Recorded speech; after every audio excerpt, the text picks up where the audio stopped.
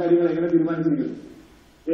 വിവാഹ കാര്യങ്ങൾ എങ്ങനെ തീരുമാനിച്ചിരിക്കുന്നു? ആ വിവാഹ കാര്യം എന്ന് പറഞ്ഞത് ഈ കുട്ടിയെ എനിക്ക് കുട്ടിക്കാലം മുതൽ അറിയാമായിരുന്നു കുട്ടിയെ.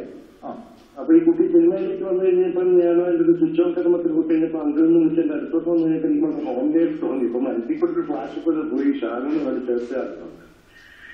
അപ്പൊ കുട്ടി ഷാനുമായിട്ട് അമലിനെയിരുന്നു അൻവർ ബഷീർ പടത്തിൽ അഞ്ജലി വേറെ സംവിധാനം ചെയ്ത പടത്തിൽ അഭിനയിക്കാൻ പോകുന്നു എന്ന് പറഞ്ഞപ്പോ തന്നെ ഞാൻ ഞാൻ അവരുടെ പേരൻസുമായിട്ട് ബന്ധപ്പെട്ടു. അപ്പൊ ആ പേരൻസുമായിട്ട് ബന്ധപ്പെട്ട് കഴിഞ്ഞിട്ട് ഞങ്ങളൊരു ധാരണയിലെത്തി.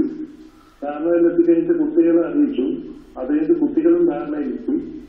ഇന്ന് ഞങ്ങളുടെ തീരുമാനമായിരുന്നു ബാക്കി കാര്യങ്ങൾ കുറെ ചർച്ച ചെയ്യാനുണ്ടായിരുന്നു. അങ്ങനെ എല്ലാത്തിനും പറഞ്ഞു കഴിഞ്ഞിട്ട് ഇന്നാണത് ഞങ്ങൾ ഒഫീഷ്യലായിട്ട് അനൗൺസ് ചെയ്യുന്നത്. തീർച്ചയായും നേരത്തെ ഇത് സംബന്ധിച്ചുള്ള വാർത്തകളോ മറ്റു കൗതുകങ്ങളോ ഒന്നും കേട്ടുമില്ലായിരുന്നു. തീർച്ചയായും ഇത് പ്രേമ വിവാഹമല്ല എന്ന് താങ്കൾ ഉറപ്പിക്കുകയാണല്ലേ? അല്ല, അവർക്ക് അറേഞ്ച് മാരേജാണ്. മാരേജ് എന്ന് പറയുന്നത് പേരൻഷിപ്പ് പ്രിവിലേജ് ആണെന്ന് വിശ്വസിക്കുന്ന കൂട്ടത്തിലാണ് ഞാൻ. എങ്ങനെയാണ് ഫഹദും നസറിയും തമ്മിൽ ഒരുപക്ഷെ അവരവരുടെ ഇഷ്ടം പരസ്പരം പങ്കുവച്ചിട്ടുണ്ടോ? അത് ചേർന്ന് പോകാനുള്ള ചില സാഹചര്യങ്ങൾ, ഒരേ ഫീൽഡിൽ ജോലി ചെയ്യുന്നവർ, അത്തരത്തിലുള്ള കാര്യങ്ങളിൽ ഒരു ഐക്യം നമുക്ക് പ്രതീക്ഷിക്കാം അല്ലേ? അവരോട് അവര് ആ സെറ്റിൽ വരുമ്പോൾ തന്നെ ഞങ്ങൾ പേരൻസ് വിളിച്ച്